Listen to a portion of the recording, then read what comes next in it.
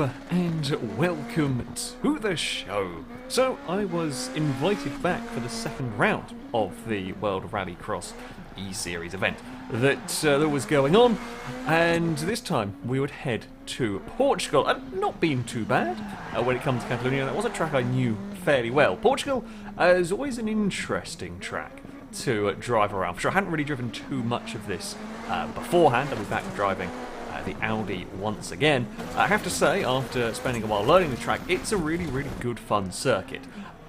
It is challenging, shall we say, in some rather different ways. First of all, as you will notice, there are some massive curbs around, ridiculously massive curbs around this track, quite unlike many other circuits. Now, you can get away, some of them, with absolutely launching your car across them, no problem at all, but they can cause you issues. They are a sort of ever-present danger if you like racing around here. Yes, rolling is very possible indeed. But again, Rallycross-wise, is a very different sort of driving to how I'm used to. In dirt, you really do have to chuck the cars about an awful lot. The other thing you've got to bear in mind at this particular circuit is there's almost one section that is so very important. So a lot of the first part of the lap, I say it doesn't matter, of course it does, but there may be a few tenths difference through the first part of the lap between, one of my fast laps and a not such good lap, but the final corners are literally fundamental to getting a good lap time. So around here, it's not too bad. This section here is not too bad, but after this corner here, you've got to get this next bit right. You've got to get the transition right between the wall, and especially across the start-finish line. This chicane here is so important because it can set up a good lap or a bad lap. It's such an important corner. You can lose second and a half just on that corner alone.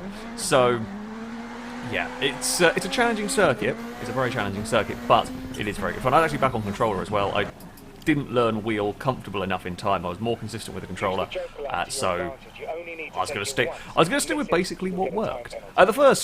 The first qualifying, the first round, if you like, we would have some wet conditions. I had at least practiced in the right car this time, and I had practiced a little bit in the wet. Predominantly had done dry running, but yes, had done some practice in the wet, so was not going into this completely and utterly blind.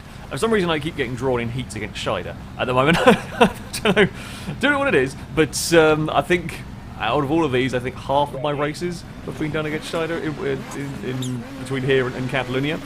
Anyway, so we're on the grid for this first one. Now, I believe there may have been, so this is apparently a thing that does happen sometimes with dirt, I believe there may be a bit of a desync with the lights. So me and Krogstad both got off the line identically. We both got launched really early. I say really early, but like a second or so before the rest of the field. Neither of us got a jump start, so there are no penalties in that because there's a slight potential desync with the lights. So yeah, we got off to a very good start. Now, me being more to the inside on that one, I figured I wasn't going to fight the Joker. The Joker lap here can be quite dangerous because the speed that you can carry down towards that first corner, because you just brake so much later if you're going on a Joker lap, it can be a little bit dangerous.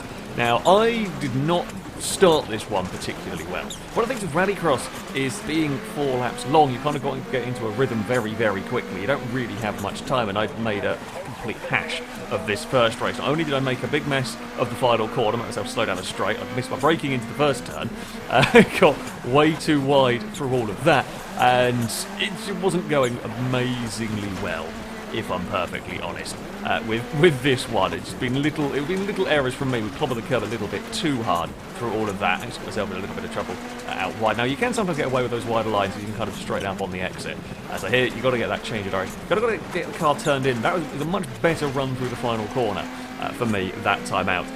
You've got to be careful with hitting the curb on the inside. I mean, not only is it going to put the car up on the 2 wheels, but you can lose a lot of time. So again, I think before this I'd been trying a different braking into turn 1, like in a practice session beforehand, and the car behind me gets a huge 2-wheel moment. Didn't actually lose too much time in it. But yeah, I tried a slightly different braking point into turn 1, but I've been doing it in the dry, and when I was trying to adjust it for the wet, I ballsed it up basically. Through these next couple of corners I realised the car was up the inside. Now I knew I wasn't really in a fight with Krogstad, because at the end of the day they're joking, I hadn't, and I didn't want to get nudged, I didn't want to get bumped and lose too much time, so when I realised I was out wide, I just kind of, I say left the door open. I didn't really fight that one too vigorously, because at the end of the day, Rallycross is all about times. It's all about the your race time and how that fits in overall. So we ran through the Joker lap, we got spat out in a third position, which was not too bad. As we head through these next couple of corners, I did have the Renault right behind me. As we go through this transition, I hadn't really got the car set up all that well. We get a little bit of a bump. Just stopped back into my car turning quite where I wanted it to. I thought maybe I could try and fire back past, but I sort of lost sight of where I was behind the Renault. I actually ended up across the curbs. I did jump on the brakes to not give myself a penalty. Like if you slow down enough, the game doesn't necessarily give you a penalty for jumping across the grass, so I did actually get away with that one. In the end, I didn't quite have time to try and fight back against them again. I was a little disappointed. My first race, it didn't quite go according to plan. It was a little scruffy from me, a couple of silly mistakes. Could have been a little bit more, could have been a little bit better. So kind of disappointed to lose that third on the final lap as well, but that is how it goes sometimes. So, for the next round of qualifying, in these sort of qualifying heats, there were drivers that I knew I wasn't going to stand a chance against. The esports drivers, I knew I couldn't beat them. Adelson in this one as well, the winner from the first round, I knew I didn't really stand a chance of necessarily beating them. So yeah, Darmo and Adelson, I wasn't really fussed. I wasn't fussed about, but I knew they were going to be very, very quick. So my goal really was third in this one. If something happened and we got higher up, if I suddenly found a huge amount of speed, fantastic. However, yeah, we ran into the Joker lap on the first one. I didn't realise 4 cars had gone into the Joker lap, if I'm perfectly honest, when we turned in. I kind of committed to the corner and suddenly, there's a whole load of cars in front of me. We may have bumped Scheider's Seat a little bit through there. I was kind of, sort of committed to making the corner. Again, it was actually a little bit of a scruffy opening run through all of this. If you do end up out of sequence a little bit, you can lose a bunch of time through sort of a series of corners. Delamo found a way past the vehicle ahead of me as we head down this section, and it was a big clonk off the wall for the car in third. Now that gave me a little bit of hope. We actually pulled away from Scheider in all of that one as well. You know, it is easy to bounce off the walls, and if you do bounce off the walls, it's easy to lose that bit of time through there.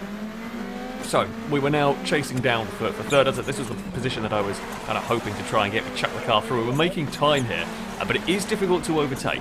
It's very, very difficult to overtake, especially if you're very similar pace in the car. If you're much faster, sure, you can kind of find a way, you almost force a way past. However, I wasn't much faster. You get the turbos whistling as we're trying to kind of get the change direction right through here.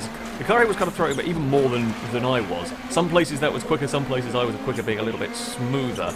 Down towards turn 1, I actually get it a little bit wrong on the turning.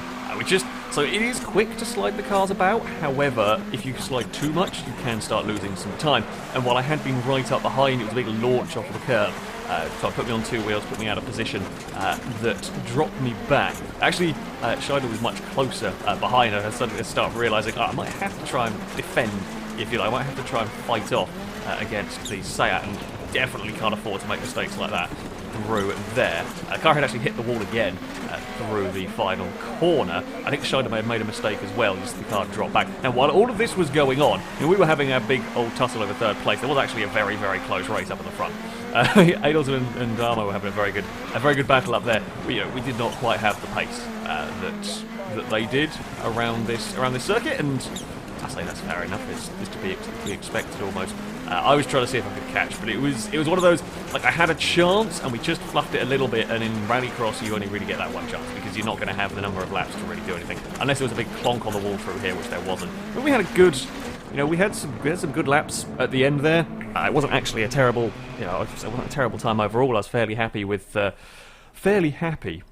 one. Just one mistake on a critical lap, on lap 3, where we could have been maybe a little bit better if we'd stayed close. If we'd done a 35 something or whatever on that lap, maybe we could have been there. It was it was a good race. It was a good race. It was a lot more, more competitive showing, but can't complain too much at that. So we were sat, I think at this point we were sat around 14th in the overall standings. Top 10 would make it through to the semi-finals. I had a bit of a scruffy first round. Now, a couple of the heats before mine going into this one had actually been quite scruffy. There was a few crashes and a few slow cars and whatnot. So what I had to do with this one, I wanted to set a good time in this one because I knew I needed to make up a little bit. We were in the dry, which was good. I preferred the dry around here. I was a little more comfortable with this one. I was hoping to go for a third place again. John Armstrong and the other Del Armo brother were going to, again, be way too quick for me, barring any sort of weird goings-on. So it was focusing on getting third. Now I was on the inside for this. It was just be careful, get the car stopped into turn one. Not going to faff around with the Joker lap, not from the inside. We'll let everybody else fight on the outside and see what I can do in a more, yeah, I'd say on a more sensible lap. Have a clear track and run our way around here. So we got the start that we wanted to in this one. We're actually pulling away from second place at this point. We had a nice run through this little sequence of corners. It was a pretty good first lap for me. I can't complain too much. Now the plan was here, while we had a gap behind us, jump in the Joker lap. I was expecting the two cars behind to leapfrog me. I was expecting to come out in third place. I was kind of okay with that. I was happy to sit behind them, follow them as best as I could, and just get a decent finishing time. I knew their lap times were a little bit faster than I was going to be able to do, so it had been working perfectly. Unfortunately for me, I just misjudged a corner, and in true FailRace fashion, I rolled it. It was literally, I just got the transition a little bit wrong. Now, I've rolled at this track before. I'd actually never rolled at that curb. I hit it just right to have my car launched up and over. And the worst thing is, I could have dealt with the roll. The worst bit was, I had a puncher. And I then couldn't turn. We had a front puncher. I tried to get my car turned into the normal lap through there. I couldn't. We got punted into the Joker lap, but that's kind of fair enough because I was in a weird place and there was nothing. Like my car shouldn't have been where it was. I'd turned to steer it and it just didn't do anything. Yeah, it was another puncher. It was another roll as well. I was quite gutted about that one because literally the plan had worked perfectly in that. The plan had absolutely worked 100% perfectly. I'd got myself, I say, into sort of like a nice clean position to try and just run a good lap. We had a really, really good start, and yeah, turned in a fraction too soon and hit the curb. There was always the danger of hitting the curb. There's always the danger of rolling, but yeah, just messed it up. And then I couldn't get into turn one either, which then just added insult to injury. I actually don't know whether grabbing reverse there was a better idea than just trying to go around the Joker lap in all of that. Because, yeah, there was no... I was trying to get, like, handbrake the car into the corners, but with the tyre that was gone, being, I guess, the important one for sort of like turn one, I just couldn't get it to do anything. And I was desperate to try and limp the car back to the finish. I know I had a penalty for being, like, the reset, because it was a penalty. It's annoying, actually, that it reset, because I think the car would have landed on its wheels anyway, but the game did that. But yeah, even with a 10-second penalty, I was desperately trying to make it to the finish line, because that would be better than a DNF. However, I just missed it. If I hadn't gone wide at turn one, I could have actually done it as well. It was, yeah, it was such a shame, because it was such a good start, and I knew I had to have a really, really clean run in that one. And yeah, I just got a little bit too, just a little mistake, just a tiny mistake, and launched it off a curb. So we went into the final qualifying round, and anything short of setting the fastest time and winning overall, I think I was basically out of this one. I know I don't have the pace. I'd love to have the pace. I'd love to say that I could, but at the moment I'm not quite that fast. So yeah, the chances are we were not going to be making it through to the semi-finals, but there was one more race to try and put on a decent show. There was one more race to try and go as quick as possible. Now, I was slap bang in the middle of this one, which is always a bit of a dangerous position to be. Do you try, like if you're in the outside lanes, you're going to run to the Joker lap. It's just easier. If you're on the inside lanes, you're going to take the normal lap, because you're less likely to be involved in a crash. So when you're on the outside here, it kind of depends on what other cars around you are doing. And, well, other cars around me were going to, well, the cars on the inside were sort of taking that normal lap. I figured I'd go for the Joker. There was a little bit of a little bit of nudging, a little bit of bumping. I actually then get a big two-wheel moment at a different corner. It's not where I wanted to be. Sadly, again, it was actually a good start from me, but a bit of a two-wheel moment let the McGann through. DaCosta was sort of stuck behind. We all were a little bit stacked up on the exit there. My two-wheel moment caused a bit of trouble. But yeah, we all got through there relatively well. We'd lost a position, but I figured, well, we could maybe try and chase down the Renault. You know, if we had a good couple of laps, we were pulling away from. We've been generally faster than DaCosta, and we were pulling away here. Actually messed up turn one a little bit through here, kind of turned in a smidge too soon and bobbled the curb. But that was, let's say that was okay. We were just trying to follow the Renault. You can see, just sort of watching them again through these corners. You do, to get speed, you really do chuck these cars back. It's kind of different to perhaps some other games. It is so totally different to how I'm used to driving a car. But when you get it right, it is very, very good fun. And as I said, this section here is what matters so much. I actually messed up the corners on the way through here, but so did the McGann. And this is kind of giving me hope. We knew the Mini still had to take its Joker lap, and the plan, well, the hope was that the Mini would go through and end up behind me, and maybe we could chase down the McGann if it made any sort of mistake. So as we come out to leave for the exit Joker, the Mini was now behind us. Unfortunately for me, the Mini went for a dive, couldn't stop. It gives me a bit of a nudge round. DaCosta finds a way past in the Fiesta, although when we get going, we get back alongside. We get another nudge from the Mini, get sideways again. I think the Mini waited after the first hit, but I don't know if it, I don't know, or either that or it spun itself or half spun itself. DaCosta was then fighting with the Mini that somehow ends up across the grass. He ends up in a wall. DaCosta's on the inside and pings it off the wall. We ping it off the outside wall. I'm pretty sure DaCosta hit it as well through there. All chances of fighting them again are long gone. The Mini gets it all wrong into turn 1, runs really, really deep. Can't get it stopped. I just sort of slide the car through and end up parking. Always park on the apex in front of the Mini, so there's nothing that it can do.